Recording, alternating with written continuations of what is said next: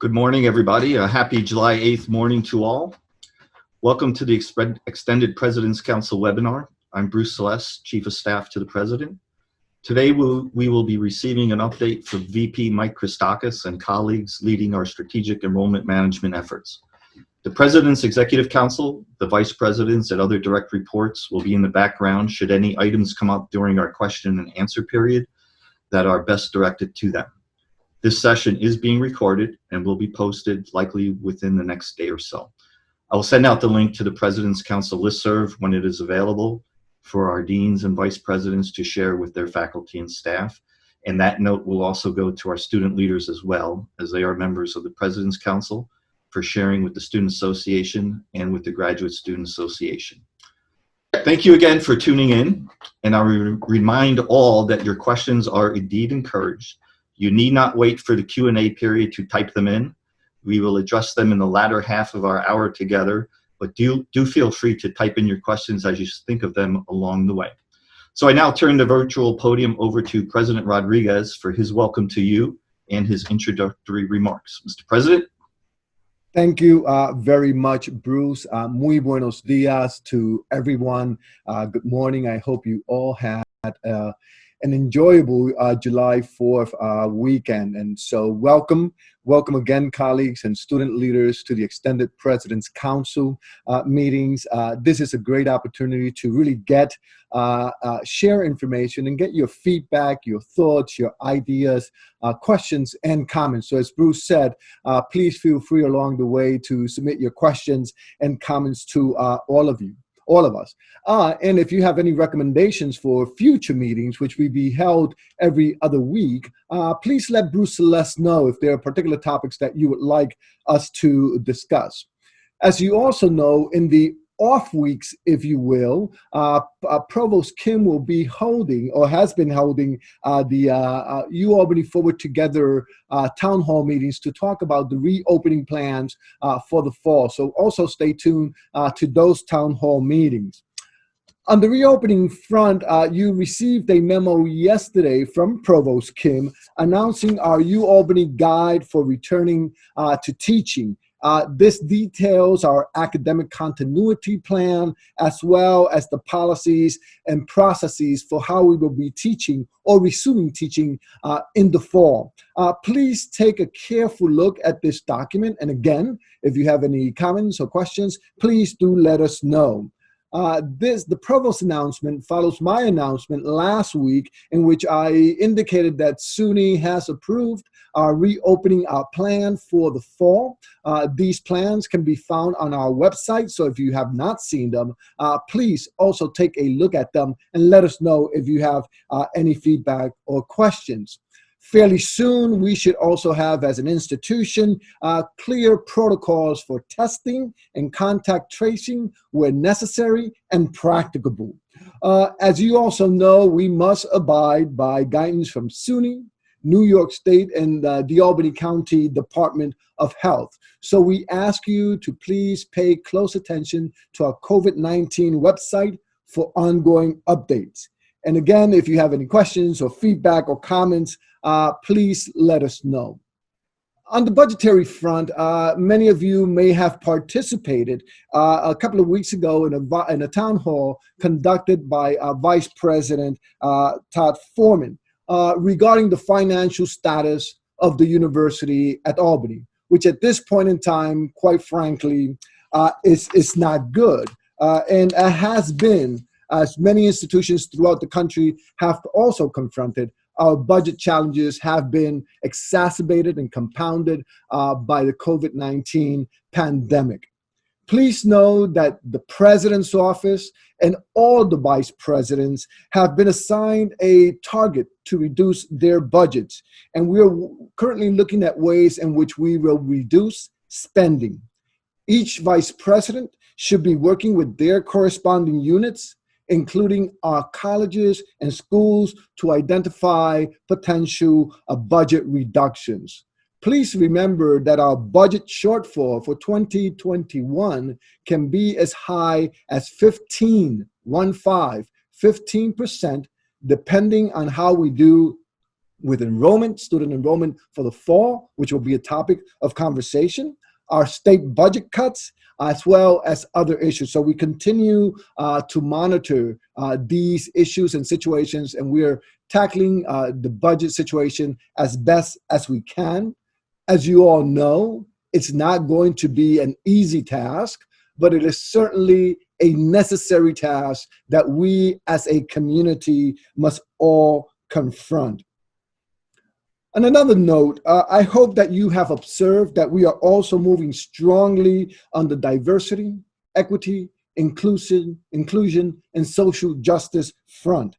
This was the last topic of our last extended President's Council meeting. If you participated, if not, it is online. And we also learned that as a campus, we have a number of initiatives that are being planned for 2020 on this front. By the way, let me extend my congratulations to the School of Public Health for recently establishing the Center for Collaborative HIV Research and Practice and Policy, which is focused on addressing social justice and public health challenges of persons at risk for or living with HIV and other related diseases. And you will find that there are very, very many similarities with the issues and challenges we confront with HIV, as well as COVID-19. As noted in our last meeting, there are also a number of initiatives on the race and social justice front that we as a university have been undertaking for quite some time. But in addition to tackling racism at its core, we need to do a much better job in communicating what we are already doing and the impact that we have already had, although there is still a long way ahead of us. And that we must continue to work to improve ourselves and our society, and this work begins at home, here at UAlbany. To this end, building from the last extended President's Council and based on a meeting we had yesterday, I have asked our Chief Diversity Officer, Tamara Miner, to take the leadership role, along with Provost Carol Kim, Student Affairs Vice President Mike Christakis, our Vice President for Finance and Administration, Todd Foreman, to develop a number of coordinated, collaborative, and constructive initiatives to tackle these very same issues. And this will be done in coordination and in partnership with our student leaders in our schools and our colleges. Please also know, as I reminded you last week, or a couple of weeks ago, that we had already established the Diversity and Inclusive Excellence Task Force, which is charged with examining UAlbany's organizational structures, programs, and services in support of diversity and inclusive excellence at UAlbany. Thus, we are making significant progress along this way, but there's still so much more to do, and we count on your engagement and your active participation to make a difference for UAlbany, for our communities, our nation, and indeed, the world. I would now like to turn our attention to another very critical issue that we have been constantly focusing on, but that still remains a major challenge for us, and that is student recruitment and retention at UAlbany. I am very pleased, however, to report that many of the challenges placed before us by the current pandemic were already at the forefront of our Strategic Enrollment Management Council. So today, I would like to bring us back to revisiting these issues, which are critical both at the undergraduate and graduate level, and will have key impacts on both our academic and financial health as an institution of higher education. So Vice President Christakis will be accompanied by Associate Vice President Ed Engelbreit, Vice Provost and Dean of Graduate School, Kevin Williams, and the Vice Provost and Dean of Undergraduate Education, Joanne Malatesta, to discuss and present to you these very important issues. But before we undertake the panel discussion, I want to share with you a short video, which is really related to some of the issues I've been talking about today and the presentation that VP Christakis and others will do. And this was a video recently created by our Office of Communications and Marketing to help us and our internal community tell a consistent and resonant story to prospective students, to their parents, and other key external constituent groups. Actually, even to tell a story to ourselves, the members of the University at Albany. This video reminds us of who we are as an institution of higher education. It really tells our story, and it validates and reinforces our identity. So Bruce, can you please run the video? For over 175 years, students and alumni of the University at Albany have been the leaders, the doers, and the impact makers the world has needed. They are champions, not because of their birth or family circumstance. They are champions because of their strength to overcome the odds. They are a community that sees greatness in the underestimated, promise in the unwavering. Through the decades, we didn't feel the need to remind everyone that we were the home of these great men and women of action. So quietly, we sat back and watched. But while we were silent, others began to speak for us.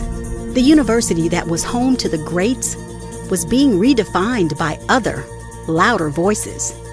Our voice became quieter, and we struggled to remember the heart of the UAlbany community. It's time. Time to take back our voice and remember who we have always been. To boldly return to the promises we make to everyone who looks up at the Carillon with the hope of discovery, the hope of bettering themselves and the world by unleashing the greatness that lies within each of us at UAlbany. At the heart of Unleash Greatness lies 3 promises. Unleashing individual potential. We know greatness can arise in the most unexpected of places. Inside our students rests a hidden and powerful potential. Whether they come from humble or privileged beginnings, they have somehow always felt they were made for more than what has come before. Through academic challenges that relate to the real world, work experiences they can actually put on a resume, and a diverse community that emboldens new perspectives, we grow students who are ready to take on the world. Who will fit in here? The untapped leaders, the underestimated, the fighters. Inclusive excellence. Our legacy of advocacy was forged in the hearts of legendary alumni like Harvey Milk and grows with each graduating class. Our mission is to use the intelligence and fortitude of this community to build communities of inclusion on our campus and much, much further. We are among the most diverse Research One universities in the nation. We don't create a bubble around our students where everyone looks, acts, and talks the same. We want to create a community where the views and experiences of others are celebrated and respected. Who will fit in here? The boundary pusher, the new horizon seeker, the open and accepting. Education and research for the betterment of all. Our graduates roll up their sleeves and use their education to be the change they want to see in the world. They don't get an education simply to better themselves. They come to UAlbany to get an education that allows them to change their community from the inside out. They predict the implications of a warming climate, prepare for disaster, and empower smart public policy. They stop wrongful convictions, prevent the spread of global illness, and give voice to the voiceless. Who will fit in here? The pioneer, the brave, the selfless. UAlbany is not for the faint of heart. We are the doers, the champions. We are the University at Albany. We are the Great Danes, and we unleash greatness.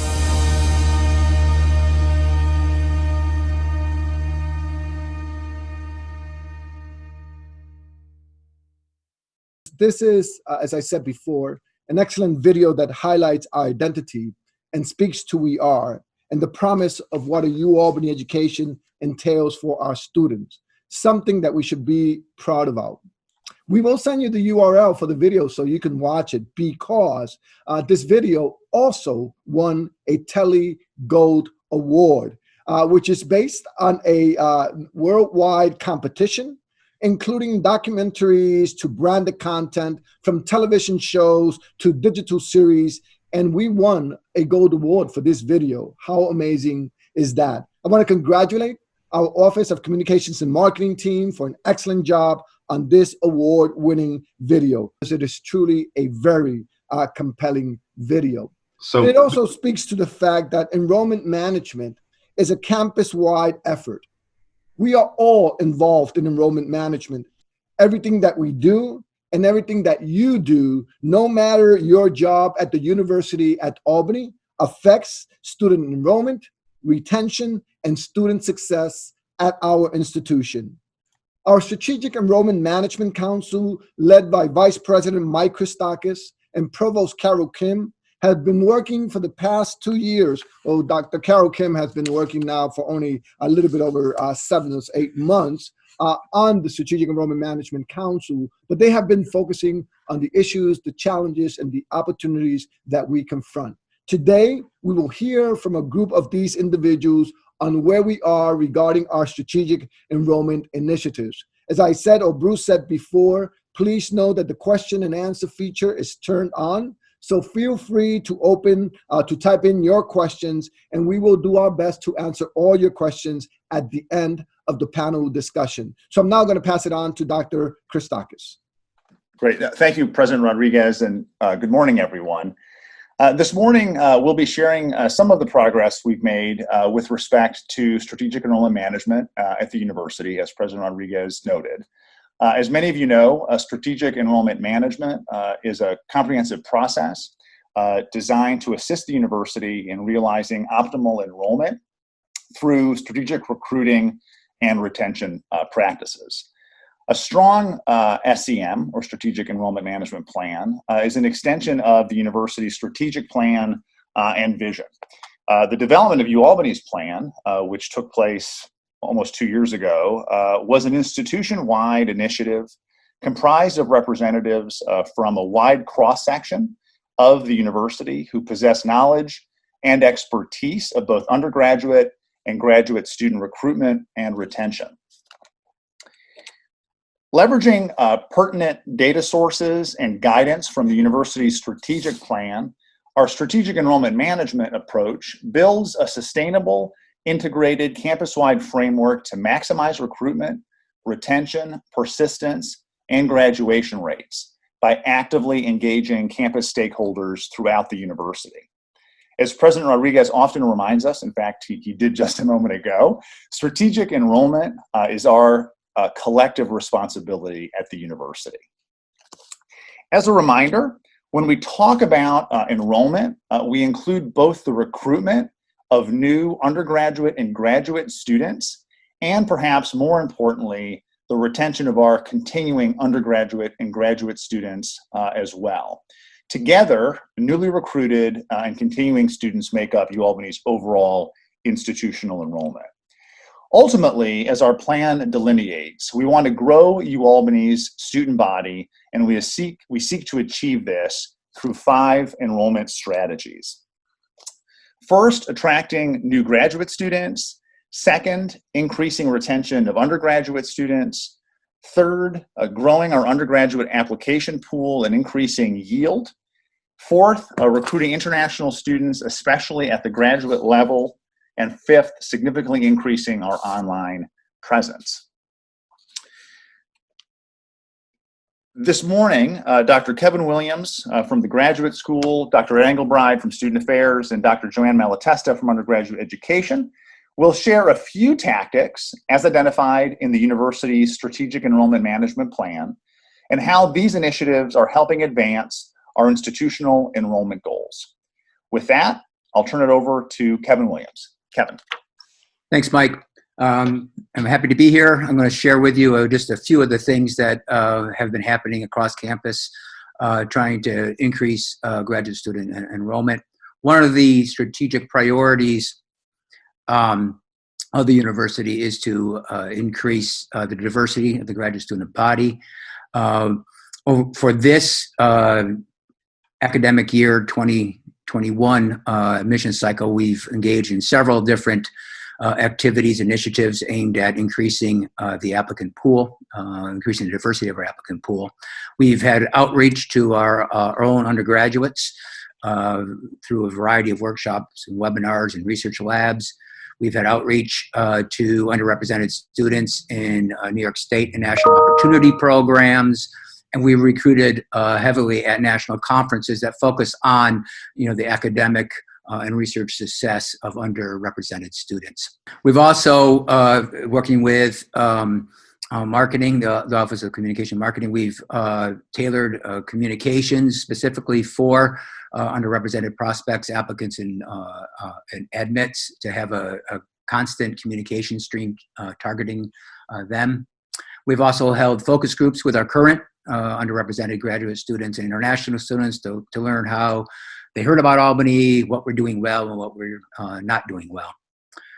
This is a heavy lift. What I have here in the graph, you can see over the last few years that the percentage of underrepresented students at the graduate level has been slowly increasing. We hope to continue that pattern. Much more to do, but we're seeing some progress. Next slide. We also have had focused recruitment on international students. We started a Scholar Ambassador program where we send our graduate students back to their alma maters in their home countries to present their research to students in hopes of getting them interested in the University at Albany. Before COVID-19 hit, we were able to send students to India, China, and Vietnam this year. We're also able to hold a yield event in India. This is for students who have applied to the university, and we sent representatives there to meet with them. We increased our tuition scholarships for international students to the range of $5,000 to $6,000, and we've continued to increase our focus on Fulbright scholars. In fact, we got 6 new ones this year from South Korea, 3 from Indonesia, and then Senegal and Taiwan. Obviously, international recruitment's been disrupted by COVID-19. What I have graphed here, though, we saw that these efforts at least resulted in an increased number of applications, as well as reply yes or deposits, and students who indicated that they would attend. We also finally looking at, for years we were saying we don't have enough scholarships on the table for our master's students. Over the last few years, we've instituted what we call Dean's Merit Scholarships.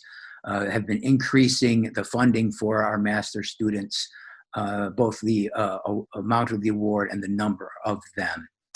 So for this year, for this past year, 2019 and 20, we had 277 awards totaling a little over $500,000. So let's see how this is doing. What I have graphed here are date-to-date comparisons for this fall graduate enrollment. So these are comparing current registrations against last year. At the top, the dashed line is our target in the Strategic Enrollment Management Plan. So as you can see, we need to be above last year numbers. The top 2 lines is total graduate registrations. The blue line is last year. The orange line is this year. We are trending ahead of last year. We need to maintain that discrepancy or that difference to hit our target. You can see from the lines below that it is mainly due to increased master's enrollment.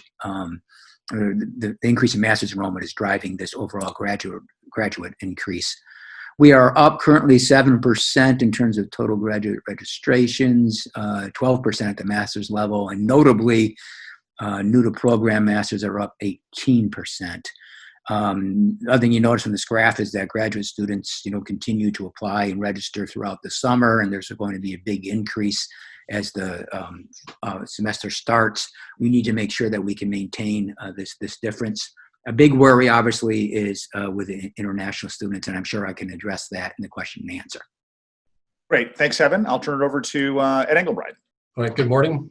My focus, of course, is on undergraduate recruitment, and we have a number of exciting things that we're working on, and we're starting to see some of the results.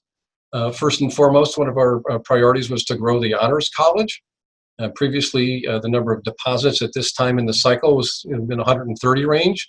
Our deposits now in that program are 251. And of course, these are our highest quality students.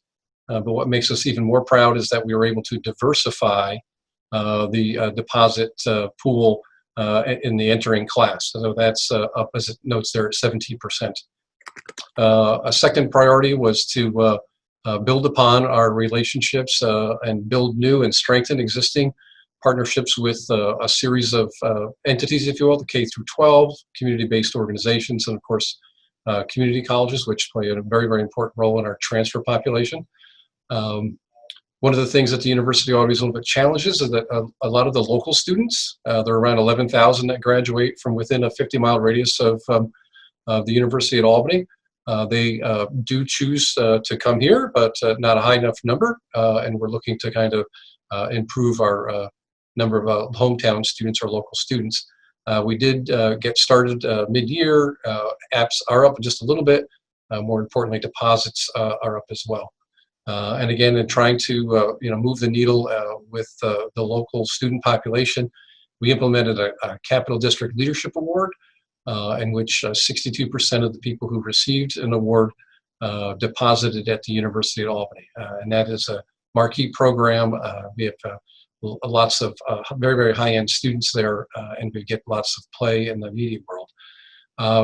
We do need to focus a little bit more on engaging our school counselors, and we established the School Counselor Advisory Board to help us listen to some of the issues and concerns that they have, as well as the students are sharing with them, so that we can be better informed on how we can better meet the needs of students and recruit them to come here. We also have a significant population of students under Deb Pravat's leadership, over 8,000 students that are taking courses through the University at Albany. They're very high-performing students as well, and we're interested in trying to recruit more of those and are actively moving to market to those students a little bit more aggressively. We've held a college planning day for those students, and we hope to use that as a model, not only for the university and high school students, but also as we reach out to other student populations. And also in working with community colleges, we established a pilot program, a pathways program for students that were not admitted to the university, but who were attending Hudson Valley.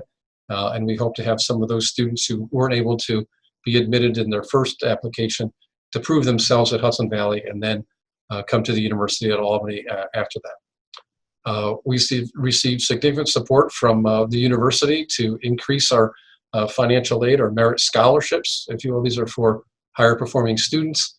And not to get into too much of the jargon, but our Index 1 and Index 2 students are our highest performing, highest quality students. We've been able to increase those populations, at least at the deposit stage, by 16% and 23% respectively. And we're very pleased with that approach.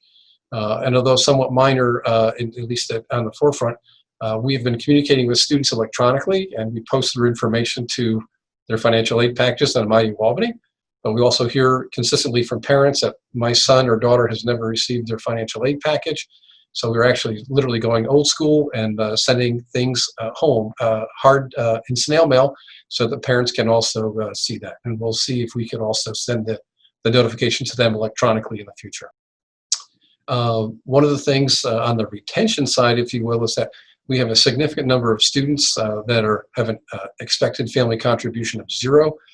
They have very, very high needs. We have a lot of students that are pressed, that are working 2 jobs to continue their enrollment. We created a series of grants to try to assist those students. We have the Great Dane Retention Grant, which is for students who are freshmen, who we want to continue into their sophomore year. We offered them, they have an academic hold on their account, sometimes for a $10 charge, or maybe for a $200 or $300 charge, or maybe a little bit higher. We reached out to those students, provided them with grants. 97% of the students who were given a grant were retained. A completion grant is on the other end. We're trying to get students who are close to graduation to complete their degree. Again, they have academic holds for a number of reasons, and 85% of the students offered those grants were retained at the institution. and then filling the gap in between their freshman and perhaps their senior year. We initiated, with the support of finance and administration and others, a persistence grant, which was designed to help those students continue their education and move forward. We're seeing, again, we're piloting these programs and trying to fine tune them, but they're returning students to us and helping us on the revenue side. On the technology side, I'd like to thank Karen Chico-Hurst and the team in the registrar's office for getting us up and running on chatbots and the bot technology. We have 5 offices that are now utilizing it or adopting chatbots. This is an effort to try to reach our students and parents and families, in a 24/7, 365 environment. We're also utilizing text messaging. Many of you are aware that students, for the most part, our official form of communication is email. Unfortunately, students don't always read their email, so we're trying to engage them using text messaging and utilizing EAB to help us schedule appointments and financial aid. And the last 2 items, we are doing a lot more outreach in the virtual world to students and their families to try to help them understand how they can pay for college, how bills operate, when they're due, so that they're better informed. And with the help of communications and marketing, we're revamping our student accounts and our financial aid website.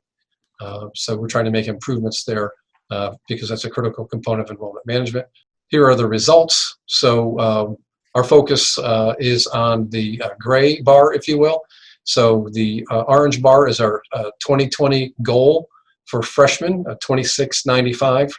As of yesterday, we had 2816 deposits. We will melt a little bit, but we're also receiving applications throughout the summer. So we're hoping that we will stay ahead of our goal. On the transfer side, we are challenged. We're working with a national consultant and basically saying that transfers, for the most part, are taking an extra month. We're adding 7.25 transfers every day, and we hope that number continues so that we could reach our goal. Thank you. Thanks, Ed. With that, we'll turn it over to Joanne Malatesta. So I'm going to talk about programs impacting undergraduate re-enrollment, so the retention and persistent efforts that are happening through the SEMC. As many of you know, last year we established a student success narrative, a process that really coordinated academic momentum and support student wellness, financial support, their purpose and belonging, as well as changing the culture of our campus to be more student success oriented, shifting our institutional structure to be more collaborative. So the programs that you see here are designed in that flavor. We're looking to, last year we piloted a number of programs specifically around those initiatives. So I just want to tell you a little bit about those programs and how they worked out. The direct admit into schools and colleges. We had 5 schools and colleges participate in this for our fall 19 cohort. The idea here was to bring the students into the school and college, give them a stronger sense of purpose and belonging to their school and college. And at this point, again, remembering that we are not done with the re-enrollment for fall of 2020 yet, these students are retaining at a 91% retention rate. So we are seeing that the students are coming back to us at a higher rate for the fall semester. We know that the schools and colleges that were not part of the pilot program last year are looking to come in this year. They're participating in the FYE program. So we have lots of initiatives coming out of all of the schools and colleges for the fall of 2020. We implemented an assessment of academic and individual readiness for the incoming class. This included 2 components. It was the DAX component, which assesses academic readiness, self-regulated learning, and advisors and ASK implemented a 13-point assessment that looked at academic and individual needs of first-time, full-time students. We understood these variables to represent risk factors for our students and included things like having had a fee waiver, experienced trauma, not taking math in their senior year, various things that we've known over the years that have impacted their success in the first year. So we worked with those advisors, evaluated those students as they came in. We noted that just under 50% of our students had at least one risk factor, monitored and worked with them over the course of the year. We've come to find that, in fact, those are very good markers for our students who may struggle in those areas, and that those students who had at least one risk marker are only retaining at 62%, which is much lower than our current retention rate overall, which gives us a lot of room to grow and to improve. Now that we've identified, being data-driven to identify what the issues are, we can start to build solutions and interventions around those. To that end, the piloted Uni 100 transition courses for waitlist students. You may recall last year we had admitted a number of students off of the waitlist at the undergraduate level. And so we stood up, I want to say it was 5 or 6 Uni 100 courses for about 100 of those students coming in. That course was designed to be transitional for our students, to work with them, recognizing that they were academically underprepared as they came in. How do we get them up to speed, make sure that they transition into the university well? It was very enlightening for us. So the instructors of those courses gave us a lot of feedback about where the students were, how we could work with them to get them better prepared to move them forward again. The results were interesting. We only had a slight uptick in GPA, about a 0.2% increase in overall GPA. But the other thing that we found with this group is that there was a significant increase in re-enrollment. So 89% of our students who were enrolled in one of these Uni 100 transitional courses have re-enrolled for fall of 2020, versus 75% of the students, the waitlist students, who were not offered a Uni 100 course. And those are fairly split groups. So we do see that there's a retention bump when we look at and when we utilize the Uni 100 transition courses. So those first 3 programs were very specifically for the incoming first-time, full-time students. At the same time, we were initiating campus-wide initiatives to work with those students that are here already that we want to persist right past their first year. So the Academic Recovery Program is an intervention and support program for students in academic distress. I've worked closely, and I know our EOP program had this for many, many years. As we started to build this, we learned of their program and worked with them to see how best we could bring more of this to our students who are in academic distress. And academic distress means academic probation, terminal probation, even students on academic warning. Sometimes it's students who are readmitted to the university who were not academically successful before they left.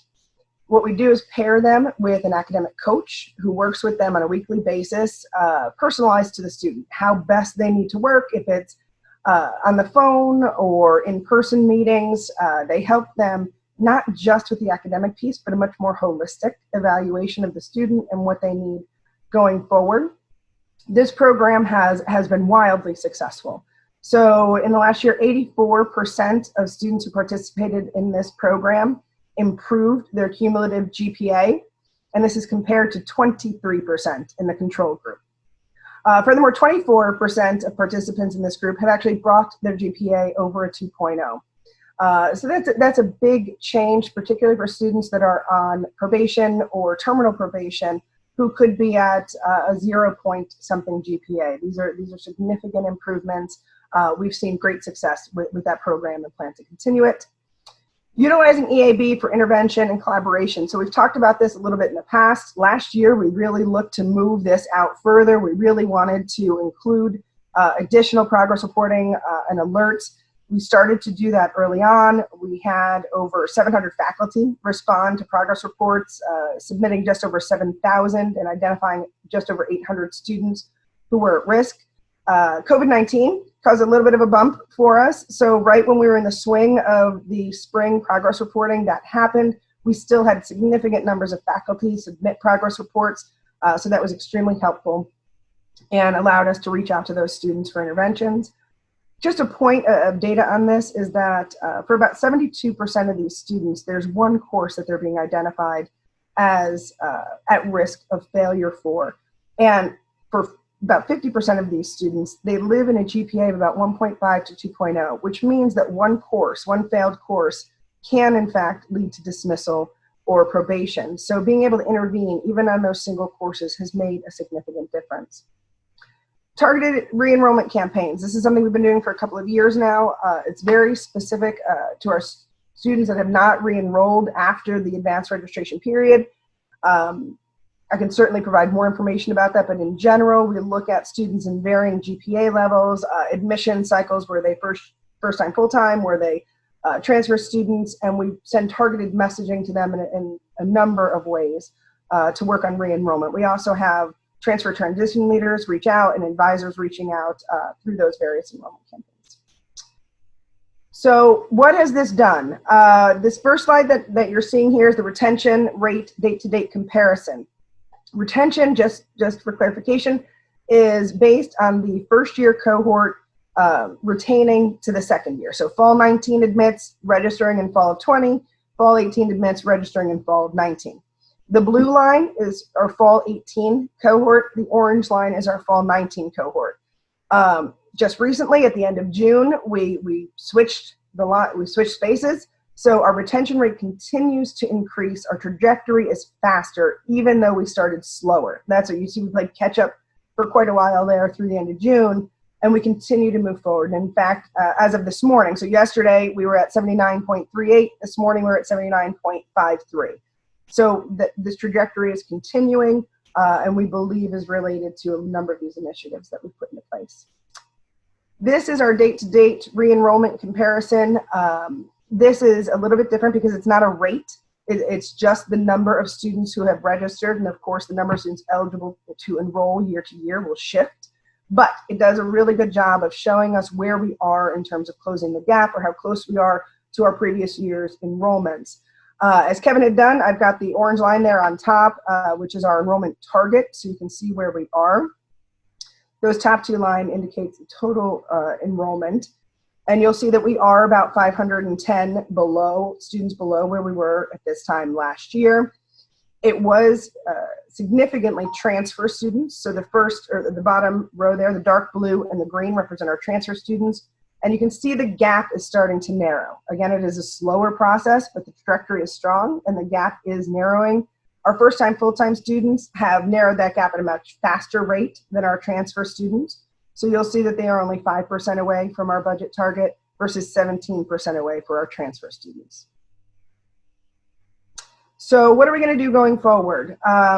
Particularly looking at the risk factors that we know our students are coming in with, understanding more about interventions, and providing holistic support and advising. The 4-year advising model will be launched in full swing for the fall 2020 cohort. In fact, a number of new advisors have just advised us or have just joined us.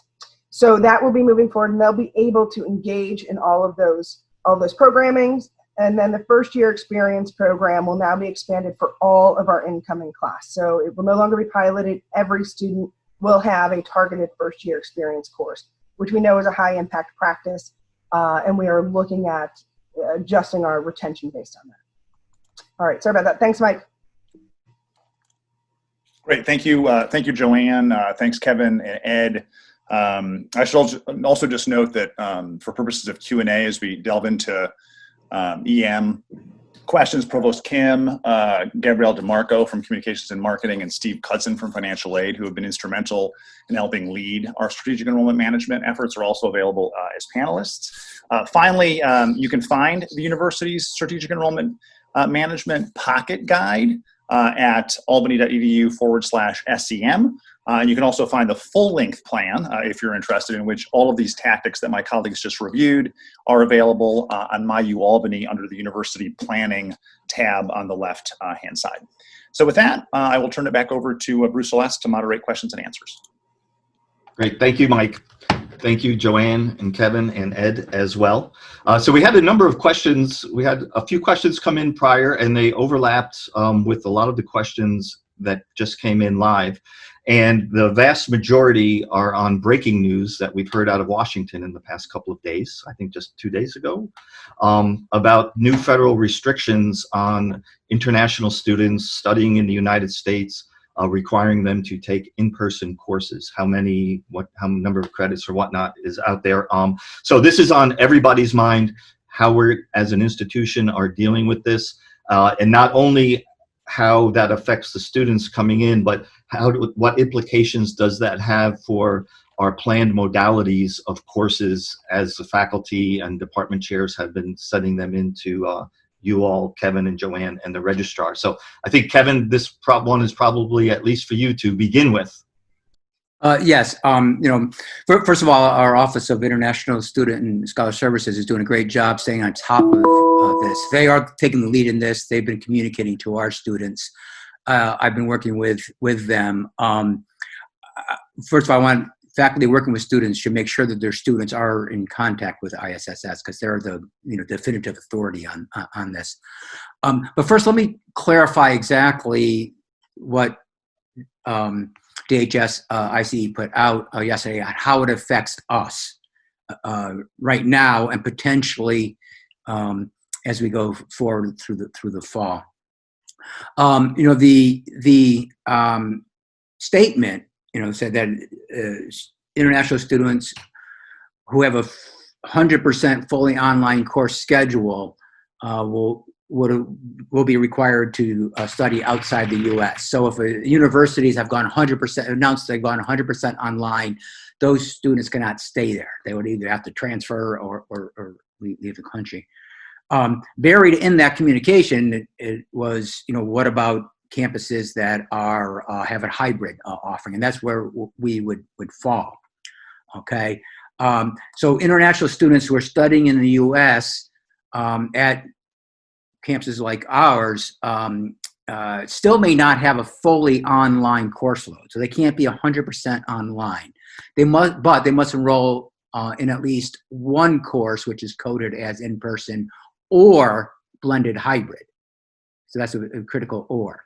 And so in that sense, the normal regulations of being limited to just one online course or 3 credits is actually relaxed.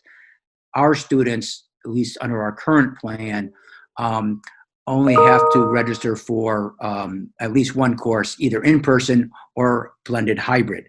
At the graduate level, and even at the undergraduate, I mentioned graduate in particular because a lot of courses are listed as arranged.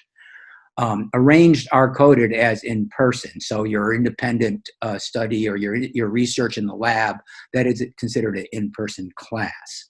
Okay, so that's the impact on us. Our international students under our current plan still cannot have a fully online schedule of classes, but they must have at least one in-person, blended, or hybrid. The question also came up, what happens if we pivot in the middle of the semester?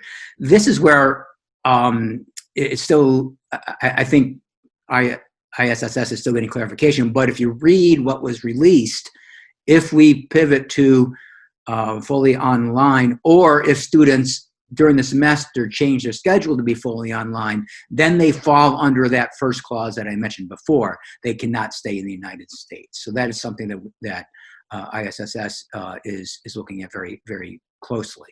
Okay, so students cannot, in the middle of the semester, change to fully online.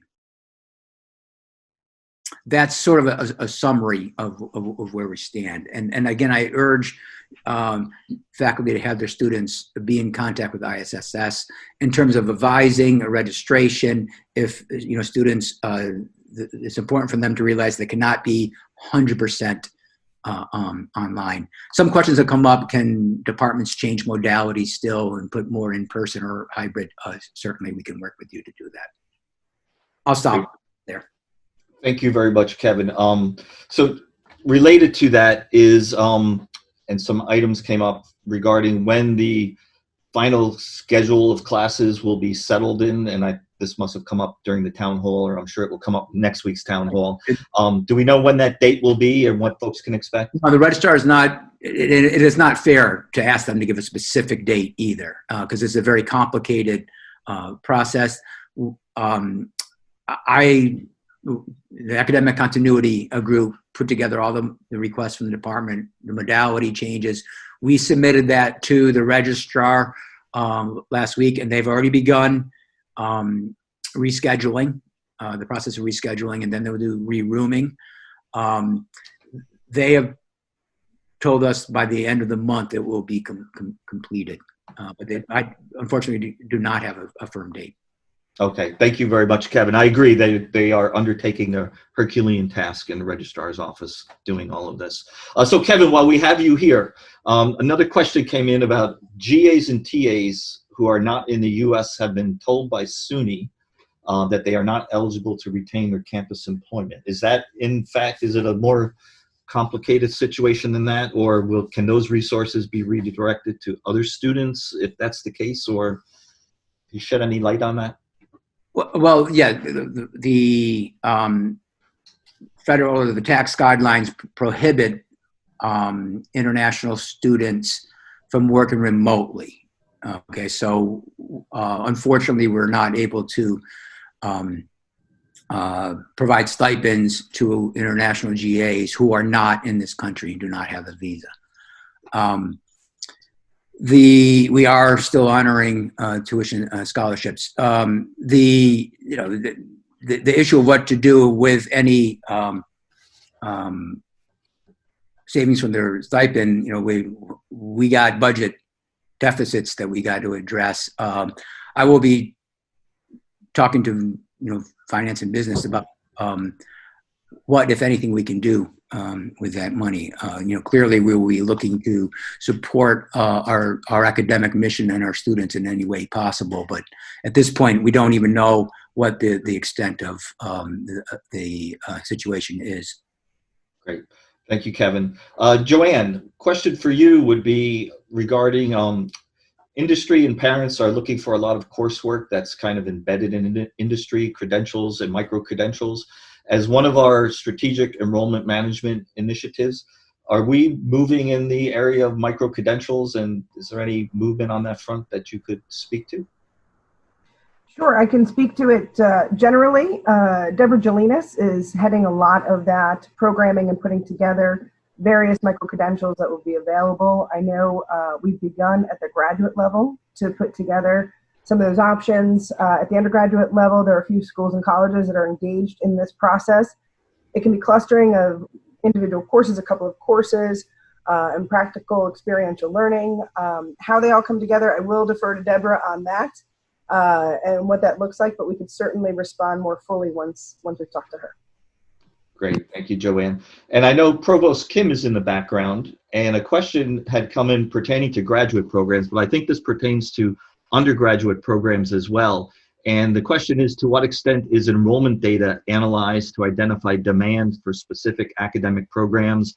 And are resources shifted according to programs in demand versus away perhaps from programs not so much in demand? And how does that all work? So that's a great question. And we are looking at what we can do to best support our students, right, currently and into the future. What are the best programs, the best skills that students need to be the most competitive, the most successful, and be future leaders for our community. So we do have to do this kind of review and try to align the enrollments and where we need to support, where we need to maybe change the focus. I don't know. I mean, this is with discussions with the deans and the chairs, the faculty, about what we need to do in order to look to the future of our university. And this is a long-term plan. It can't be something that's done overnight and would change everything overnight.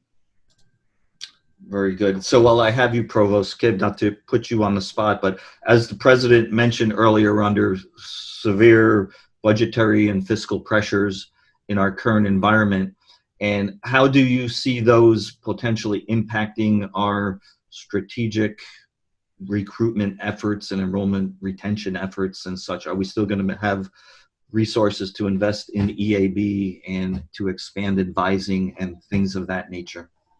That's a great question. So what we've been doing in academic affairs is really looking at everything and prioritizing. That's what we need to do. I think for our own individual personal budgets, this is what we do at home. We have a certain budget and we prioritize, and that's what we're doing in academic affairs. Again, in collaboration with the deans, the chairs, the faculty, to identify where we need to put our investments. Now, we know that the strategic plan is what we are using to guide us. It's going to be a guide whether we have tons of funds or we're in this type of situation, which puts us, I believe, in an advantage, right? Because we have the strategic plan. So from that lists our priorities. And then within those priorities, we have to make some decisions. But it really is helpful to have that guide. Great. Thank you very much, Provost Kim. So that brings us to the end of our Q&A period. Thank you, Provost Kim. Thank you, Mike and Joanne and Kevin and Ed.